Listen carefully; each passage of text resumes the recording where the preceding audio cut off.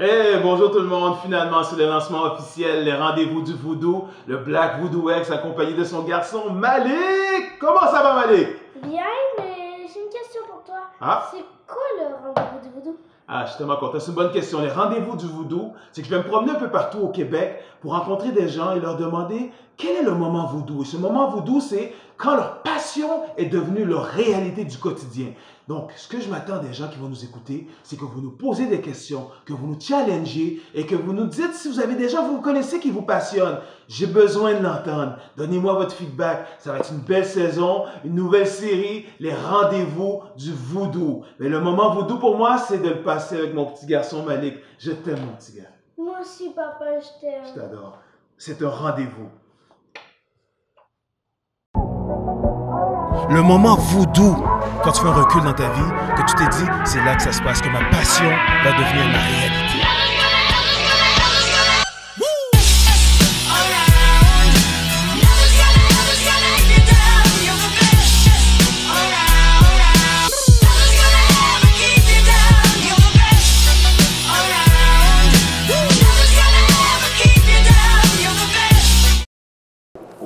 Wow. J'ai l'honneur, j'ai le plaisir de rencontrer mon ami, mon idole, Georges Laraque dans la place, au rendez-vous du Voodoo. Georges, comment ça va? Comment ça va, Voodoo? Je suis vraiment content de t'avoir aujourd'hui. Ça fait plaisir. Quand je regarde dans le dictionnaire, je cherche le mot passion, je vois ton nom. Quand je regarde détermination, je vois ton nom. Georges, c'est qui Georges pour les gens qui nous regardent aujourd'hui? Moi, je suis une personne intense. Pour vrai, dans tout ce que je fais, souvent les gens disent que je suis trop intense, mais moi, c'est la seule façon de vivre. Je suis hyper compétitif. Quel que soit le jeu dans lequel je décide de jouer, je le fais à 100%, je le fais toujours pour gagner. Je suis comme ça depuis que je suis jeune, que ce soit au Monopoly, avec la famille, aux échecs, quoi que ce soit. Chaque fois que je perdais, j'étais mauvais perdant. Et j'adore ce trait de caractère-là. Souvent, le monde dit « Ah, c'est ça qui m'a fait qu'aujourd'hui... tu sais, je peux dire que j'ai été plus un gagnant qu'un perdant à cause de cette attitude-là, puis c'est ça qui me fait foncer dans tout ce que je fais. Ah, effectivement, je regarde, je me souviens quand tu as été autour du chapeau, c'était un moment de télévision extraordinaire, la joie. C'est pas nécessairement les buts, comment tu les as fait, mais quand tu as fait ton troisième but, puis on te regardait shaker les mains, puis on regardait dans tes yeux, la larme dans les yeux. Parle-moi de ce moment-là. Comment tu t'es senti? C'est parce que quand tu es un homme fort, puis tu te bats pour faire ta vie au hockey, les tours du chapeau, mais j'en faisais, mais en jouant au PlayStation. J'ai jamais pensé que sur la glace, j'en ai fait un junior majeur, mais dans la Ligue nationale, d'en faire un, surtout un naturel, avec le gardien de but et les 3 buts. C'était un rêve, de le faire à la maison, à Edmonton. Puis quand c'est arrivé, c'est comme si j'avais gagné la Coupe Stanley. Pour vrai, tu es un homme fort, puis tu fais 3 buts. Personne ne peut jamais te l'enlever. Il y a des joueurs extraordinaires comme la Ligue nationale qui n'ont jamais eu tour de chapeau. Moi, j'en ai un. Wow. J'ai un combat à plus dans le même match. C'est un match complet. Mais vraiment pour ça, contre Los Angeles, je n'oublierai jamais. C'était quelque chose que même après le match, Wayne Gretzky a appelé pour me féliciter, puis il a dit « T'as juste 49 pour battre mon record. » Tu sais, je veux dire, toutes ces choses-là, c'était incroyable, c'est magique. Et, même encore aujourd'hui, quand j'en parle, les gens ne me croient pas. Puis quand ils ne me croient pas, je suis tellement content. Puis je dis, je vais sur YouTube. Mais souvent, effectivement, quand on va sur YouTube, on voit beaucoup de combats. On voit beaucoup de combats de Georges Laraque. Mais moi, ce que je me pose comme question souvent, c'est que quand on apprend à connaître Georges Laraque, c'est quelqu'un qui a un cœur plus grand que la terre. Tu as tellement des belles valeurs. Qu'est-ce qui fait que dans les combats, tu étais capable de switcher puis de dire à On, c'est le moment de me battre? Comment tu faisais? Mais pour vrai, moi, ça peut-être surprendre plusieurs personnes, mais je détestais me battre. Wow. Puis en plus, j'ai grandi dans une famille, haïtienne, mon père, qui grandit avec le bâton avec le Saint-Cyron. J'en ai goûté de Saint-Cyron et il y en a beaucoup qui disent que quand tu grandis pas dans la violence, mais quand tu es élevé comme ça te donne une agression, mais moi non. Je me suis jamais battu en dehors de la glace. Puis pour vrai, quand j'étais jeune, j'ai jamais pensé que j'allais faire ça. Ça n'a jamais été dans ma nature.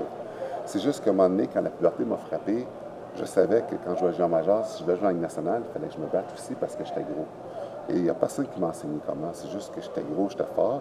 Et je me suis dit, encore une fois, comme n'importe quelle compétition que je fais, si je peux faire quelque chose, il faut que je sois le meilleur. Puis en même temps, au hockey, c'était le meilleur batailleur, mais tu te fais moins achaler, il y a moins de chances que tu te fasses blesser. Donc, c'est pour ça que je me suis dit, sais-tu quoi? Je vais faire la meilleure de mes habiletés, comme ça les gens vont me respecter. Et j'aurais pas besoin de le faire aussi souvent qu'un gars qui ne se fait pas respecter, qui doit se battre plus souvent, puis les joueurs respectent moins leur équipe. Donc, moi, c'est vraiment plus pour ça. Je me disais que le mieux que je vais être, bien, le moins je vais avoir besoin de le faire. Wow. Mais c'est dur quand même parce que, tu sais, quand tu dis comment je faisais pour être concentré puis me dire, sais-tu quoi, là, il faut que je me batte, je riais. C'est impressionnant, vraiment. On va être sûr ton sourire. Oui, parce que j'étais pas capable de. Comment un gars arrive au face-off et il dit, hey Georges, on y va-tu? OK. Comment il n'y a rien, là. Comment tu peux être choqué? Tu sais, c'est une game de hockey. Fait que là, tu es devant le gars, tu vas te battre, puis là, tu le regardes, pour froncer les sourcils tout d'un coup, il est là, il n'y a rien arrivé, là. Tu comprends? Fait que, tu sais, c'est comme, OK, on va se battre, puis ça me faisait rire souvent de voir les gars, ils faisaient une face, ils étaient concentrés. Puis quand tu es trop crispé, c'est un désavantage. Moi, j'étais comme tendre, j'étais comme relax. Puis j'ai remarqué que quand je souriais, ça les rendait fous. Parce que mentalement, il avait déjà perdu parce qu'il disait pourquoi il rit? Est-ce que c'est quelque chose que je ne sais pas? Il est tellement confiant, puis le monde était plus nerveux quand je riais. Puis c'est pas une tactique quand je faisais ça au début parce que c'est juste que j'étais comme ça, mais à un moment donné, je me suis rendu compte que les gens, ça jouait dans leur tête quand je riais juste avant le square-off, puis le combat était déjà fini avant qu'il commence. Fait que c'était comme mental. Une bataille, c'est 90 mental, 10 physique. Tout à fait. Wow. Ouais. Bien, quand tu regardes ça, justement, puis tu as parlé tout à l'heure des parents haïtiens. Souvent, quand on est jeune, on grandit, les parents veulent nous voir ingénieur, docteur, avocat. Et toi, tu as choisi la voie du hockey. Parle-moi un peu de ce parcours-là. Pourquoi? Pour vrai, c'est pas comme ça mes parents, j'ai choisi cette voie-là. Mes parents sont arrivés d'Haïti à Montréal. Wow. Quand je dis que je voulais jouer au hockey, ils m'ont dit quoi? Mon père, c'est un joueur de soccer, professionnel, puis un coach. Quand il allait à l'arena, il mettait 2 manteaux d'hiver. Eux autres, ils capotaient, ils détestaient l'hiver. Puis moi, je suis né au mois de décembre, je sortais en t-shirt l'hiver, pendant l'hiver. Et il y avait tellement de racisme dans le hockey quand j'étais jeune, qu'à un moment donné, mes parents ils ont arrêté d'aller me voir jouer au hockey. Puis j'allais en bicycle l'hiver à l'arena avec mon stock sur le dos à 7-8 ans. À 7-8 ans. Il y avait une tempête de neige, je tombais, le monde me disait, regarde le nègre qui tombe son bicycle. Puis je m'en vais à l'arena avec mon stock, puis je m'en vais jouer au hockey. Puis je me fais traiter de nègre par mes joueurs de mon équipe, les joueurs de l'autre équipe, les joueurs de l'autre équipe et les parents des estrades. C'était comme ça tout mon hockey mineur. Et au moment que je voulais lâcher, parce qu'à un moment donné, à 7-8 ans, je n'étais plus capable, j'ai lu le livre de Jackie Robinson qui avait son autobiographie, version enfant avec des images et tout ça. Puis quand je l'ai lu, j'ai vu que Jackie Robinson, quand il était jeune, puis il était le premier noir à jouer au baseball, lui aussi, il vivait de la discrimination quand il était jeune. Tu l'as senti, tu vois une Quand j'ai lu le livre, j'ai dit, hey, moi, je fais la même chose au hockey, je suis tout seul. Puis là, j'ai commencé à trouver ça normal, ce que le monde me traitait. Jackie Robinson en passé par là. Fait que j'ai fait comme lui, j'ai utilisé ça comme motivation. Je me suis dit, OK, continuez, mais un jour, on va voir qui va avoir le dernier mot. C'est ça que j'ai fait. Puis quand mes parents me disaient de lâcher, là, ils disaient non, ils vont gagner si je lâche. Checkez bien ça, je vais me rendre là. Ils riaient, tout le monde riait de moi. Ma famille, tout le monde riait. Ils disaient, j'avais 8 ans, j'avais rejoint la Ligue nationale.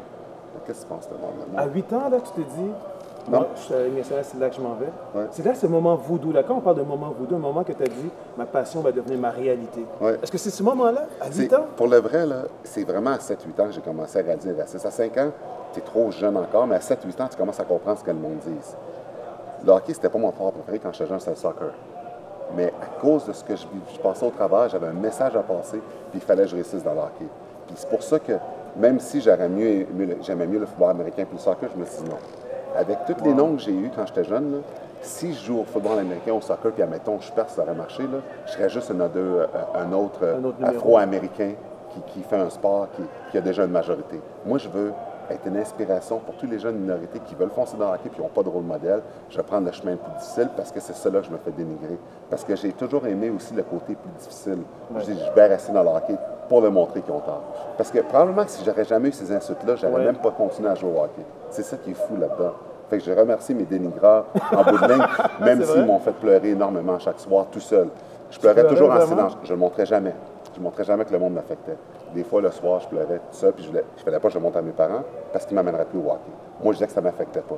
Fait que je pleurais en silence, puis je disais rien en personne, puis je gardais ça en dedans dans moi. Puis la force d'y croire, c'est ça. Moi, là, depuis que je suis jeune, je l'ai, cette force-là. Puis je réussis dans tout ce que je fais, pas juste dans la Ligue nationale. À chaque fois que je me mets sur un projet, puis je mets mon cœur, mon âme dedans, puis mon énergie positive, ça réussit, tout marche. On était avec toi, en Suisse. Au championnat du monde, au hockey-ball. Ça a marché. Oui. On est arrivé là-bas, le monde riait nous autres, ils nous regardaient. Tu sais quoi, Georges, je vais te dire quelque chose qui est important, puis je peut-être t'ai jamais dit. Mais la personne qui soudait l'équipe lorsqu'on était en Suisse, parce que ça se divaguait un peu à gauche, à droite, mais toi, avec ton énergie, tu nous faisais y croire. Peu importe qui était devant nous, tu nous as fait croire qu'on était plus fort qu'eux. Même si des fois, on ne méritait pas la victoire, mais tu étais là derrière nous. Puis ça, vraiment, là, c'est quelque chose, comme tu dis, la force d'y croire, on y croyait grâce à toi. Oui, mais il y a une chose aussi, c'est que une des meilleures décisions que j'ai prises, c'est d'avoir pris comme capitaine. Parce qu'en bout de ligne, il fallait choisir les bons leaders aussi. Faire des bonnes décisions, c'est aussi choisir des bons leaders. Un gars qui, quand des fois je gueulais après l'équipe, un capitaine qui fait rassembler les gars ensemble parce que c'est mon côté intense qu'on va cacher des fois quand je gueule. Dans tout ce qu'on fait, j'ai été comme ça. Mais c'est bon d'avoir un gars qui est capable de regrouper les gars ensemble et tout ça parce que, tu sais, au hockey, good cop, bad cop, je veux dire, moi, j'étais pas là pour être ami avec le monde. J'étais là pour qu'on gagne. Puis des fois, avec les line-up et tout ça, quand le monde n'était pas content de jouer, pas jouer, au moins, tu étais là pour le monde. Mais tu sais, des Haïtiens, ça a le sang bouillant. Fait que c'est quelque chose de coacher une gang de gars de même. C'était pas évident, mais quand on a gagné à la fin, c'était, je veux dire, c'est le résultat du travail de tout le monde. Tu regardes tous les projets que tu as été entrepreneur, businessman, showman à la radio, à la télévision, tu es partout, on voit Georges Larocque partout. Mais ce que j'apprécie chez toi, puis ce qu'on remarque chez toi, c'est qu'il y a toujours de la philanthropie, il y a toujours un côté humain derrière Georges. Parle-moi de ça, qu'est-ce qui vient t'allumer? Je me considère tellement chanceux d'avoir joué à l'Union nationale, puis il y a une force extérieure, que tu crois en Dieu ou pas, qui m'a donné cette chance-là.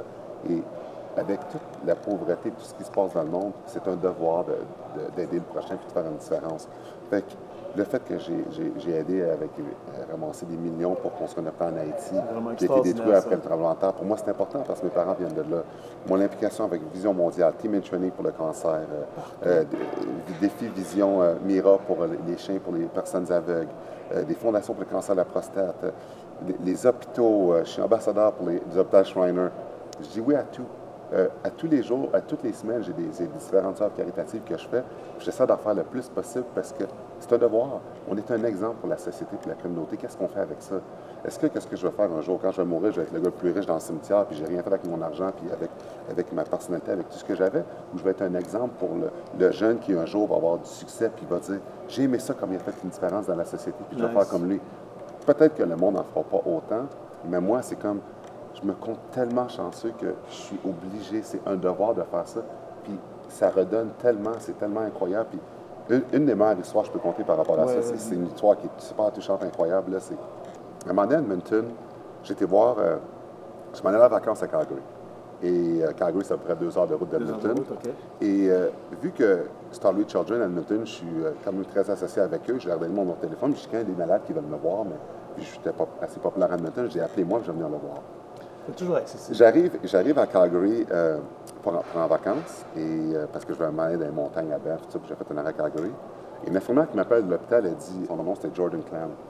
Puis il reste peut-être 1 heure, il reste pas beaucoup de temps, il va mourir, là, puis il aimerait ça te voir avant.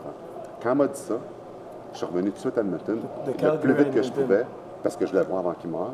Puis normalement, c'est 2 heures de route, je l'ai fait, je pense, à 1h15, je roulais comme à 220. Là. Puis je me suis dit, il y a une force intérieure qui va faire en sorte que je n'aurai pas de ticket, je n'aurai pas d'accident, mais il faut que j'arrive avant qu'il meure. Je m'en vais à l'hôpital, toute sa famille est là, le prêtre est là, tout le monde est là, puis je le vois, puis je passe du temps avec. Puis quand tu arrives, il faut que tu amènes l'énergie positive, il faut que tu fasses rire, il faut que tu oublies le fait que le gars est en phase terminale. Moi, je rentre, puis le monde rit, pleure, puis je joue avec les jeunes, j'y parle, puis ça, je passe 1 heure là-bas, puis tout ça. Puis tout le monde me remercie, tout le monde capote, je prends des photos avec, lui, il rit, puis tout ça, puis ça lui donne comme un boost, puis le jeune est content. Puis finalement, je m'en vais, puis je fais comme si de rien n'était. C'est ça qu'il faut que tu fasses. Il ne faut pas que tu descendes ton niveau d'énergie, quoi que ce soit. Là, je pars, puis tu sais, je dis bon courage à la famille, puis tout ça, puis je m'en vais. 1 semaine plus tard, il y a un article, puis je l'ai chez moi, cet article-là, qui sort dans le journal d'Edmonton. Et c'est la grand-mère du jeune en question qui écrit, puis elle dit dedans, elle me remercie d'avoir été voir le jeune, parce qu'ils ont eu 1 semaine de plus. Le boost que ça lui a donné, parce qu'il m'a vu, c'était un boost qui était incroyable, parce que, tu sais, les lignes là, qui sont lentement quand quelqu'un meurt, quand quelqu'un est en train de mourir, là, il bougeait parce que ça a tellement donné un boost. Elle a dit, il n'y a pas une machine, des médicaments qui peuvent donner un boost comme ça. C'est comme si le Seigneur l'avait touché, tu sais. Puis quand j'ai lu ça, puis j'ai vu ça, là, que j'avais les larmes aux yeux, moi, j'étais juste un joueur de hockey qui pousse une POC pour vivre, là, qui se bat de temps en temps. Et d'avoir eu cet impact-là, là, quelqu'un qui dit ça, qu'ils ont 1 semaine de plus par une simple visite, je me suis dit, comment que tu peux pas aimer puis vouloir continuer à faire ça plus souvent possible? Puis ça, là, à partir de ce moment-là, j'ai dit, je vais faire le plus de visites d'hôpital possible que je peux parce que il n'y a pas un médicament qui peut faire ça, mais une simple visite qui était facile, Ça a changé juste de- d'aller rire. Puis c'est là que j'ai compris, puis c'était dès le début de ma carrière, ça, que j'ai eu Très jeune. ce moment-là. Donc, il y a comme à 22-23 ans, À puis je me 22 suis dit, je vais continuer. Parce que lui est en haut, là, puis tu sais, c'est ça l'exemple que je veux donner, c'est ça que je veux faire, puis c'est ça l'impact qu'on peut avoir. Fait que c'est pour ça que il n'y a pas de œuvres caritatives qui sont mauvaises. Tout ce qui est impliqué avec des enfants, tu peux faire une différence. Puis pour moi, ça vient me toucher, puis c'est super important. Ce que tu dis, l'histoire que tu racontes, c'est un peu ce que je te donnais comme message tout à l'heure, c'est que tu es capable de nous inspirer. Puis quand tu regardes vraiment, quand je regarde au mois de février, au mois de janvier, quand tu dors dehors avec les sans-abri, Ouais. ça pour moi, tu n'en as pas parlé, mais c'est les moments qui me font définir que cette personne-là qui est devant moi présentement, Georges Larac, c'est pas le gros gars qui donne les coups de poing sur la glace, c'est le gars qui a un cœur plus grand que la terre, qui est là pour son prochain. Puis ça, je te remercie pour tous les jeunes qui nous inspirent, tous les jeunes qui te regardent aujourd'hui, qui ont envie de dire, c'est quoi, j'ai envie de faire quelque chose de la vie. Prenez l'exemple de Georges Larac. Ah, ben merci, Vraiment, merci. Georges, là. J'apprécie Merci, mon beaucoup ce que tu as frère. fait. J'apprécie beaucoup le Merci. temps que tu as pris au rendez-vous du Voodoo. Georges Larac pour vous, monsieur.